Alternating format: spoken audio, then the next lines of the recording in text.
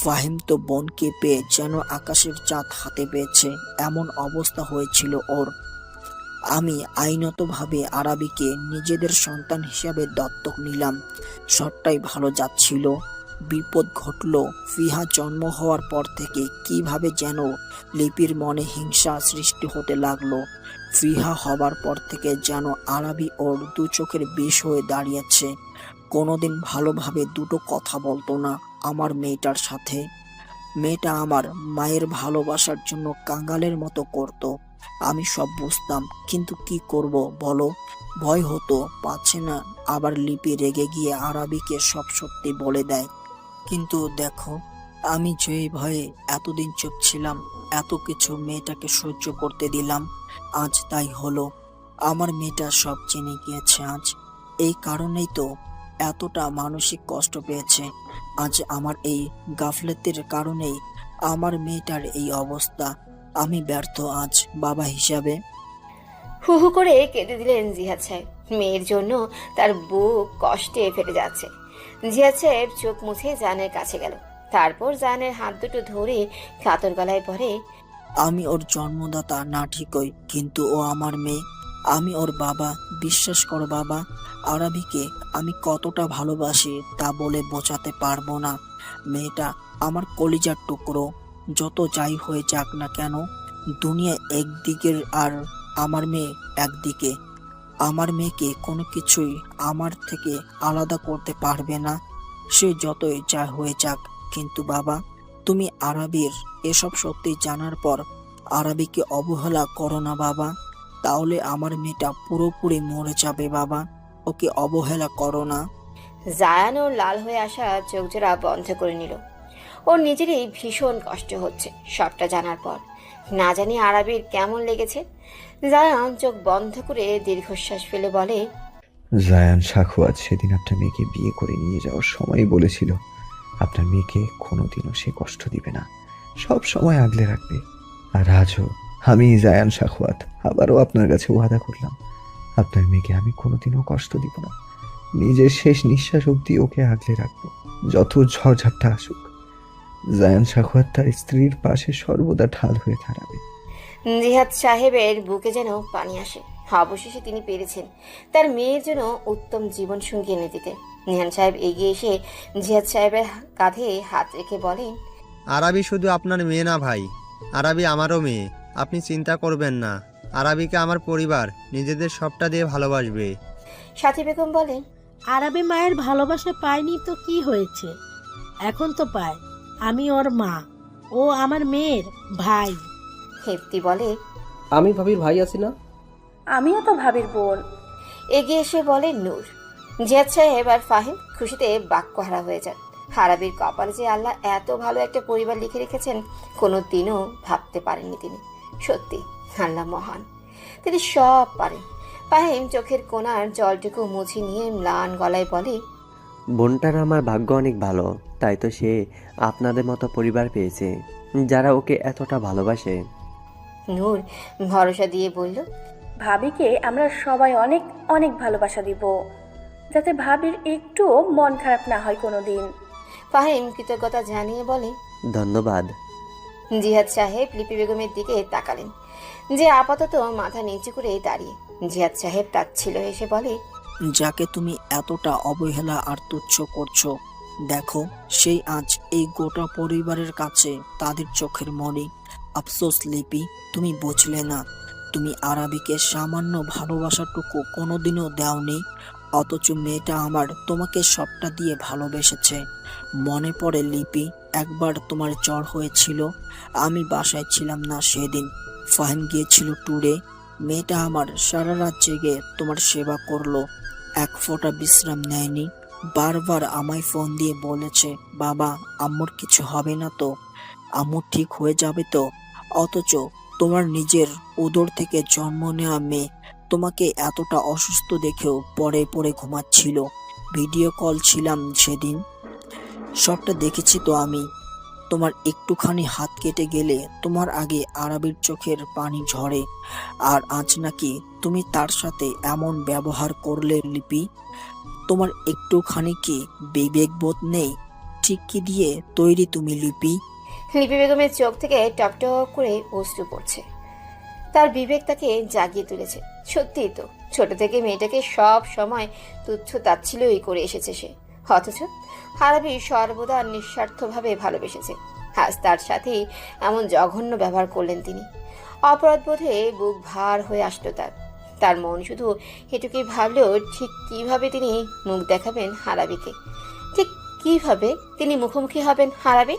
বড্ড অন্যায় করে ফেলেছেন মেয়েটার সাথে।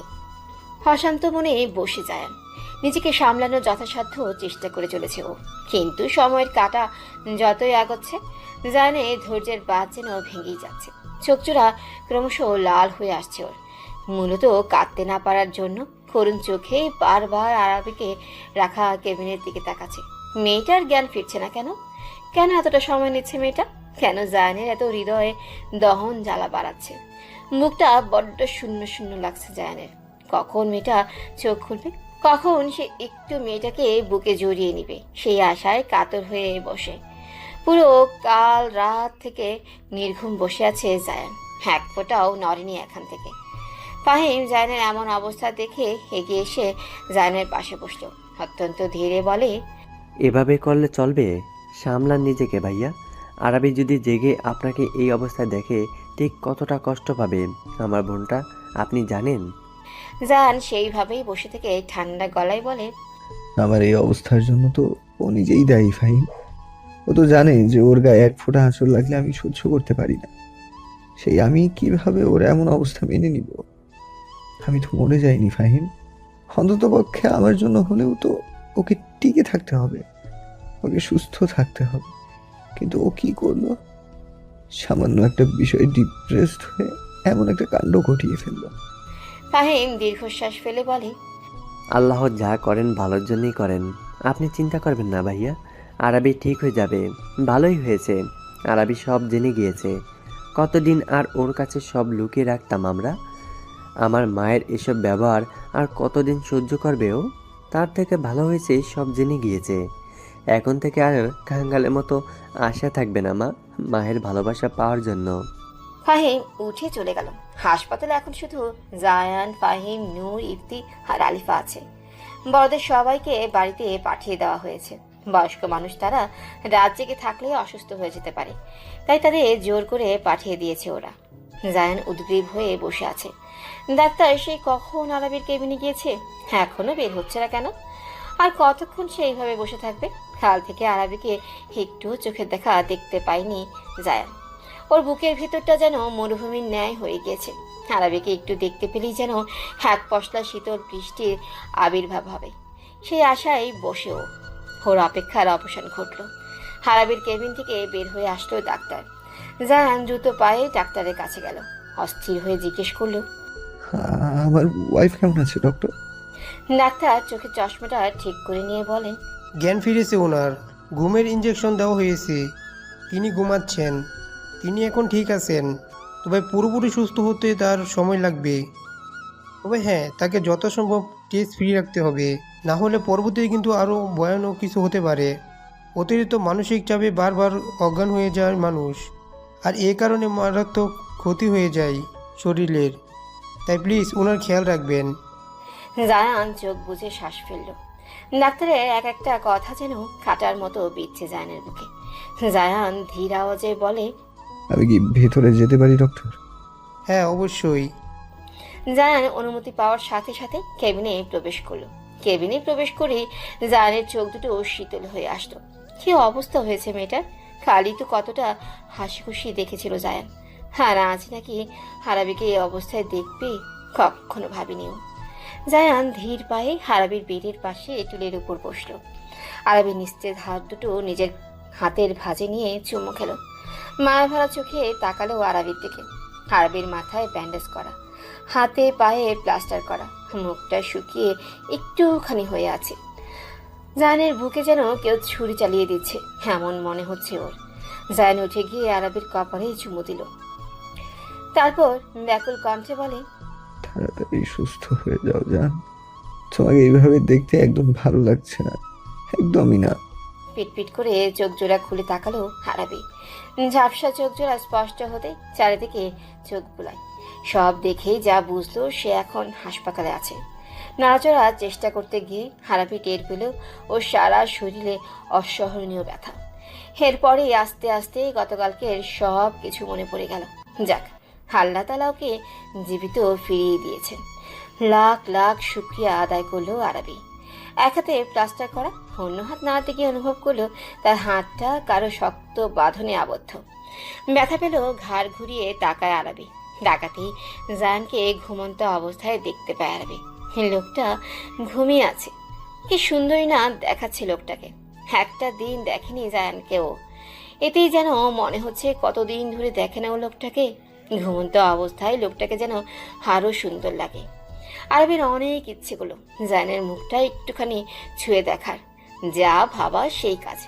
জায়ানের হাতের ভাঁজে থাকা হাতটা ছাড়াতে চেষ্টা করলো, কিন্তু জায়ান এত জোরে ধরেছে যে আরবি অনেক জোর লাগাতে হলো। ওর এমন টানাটানিতে জায়ানের ঘুম ভেঙে গেল।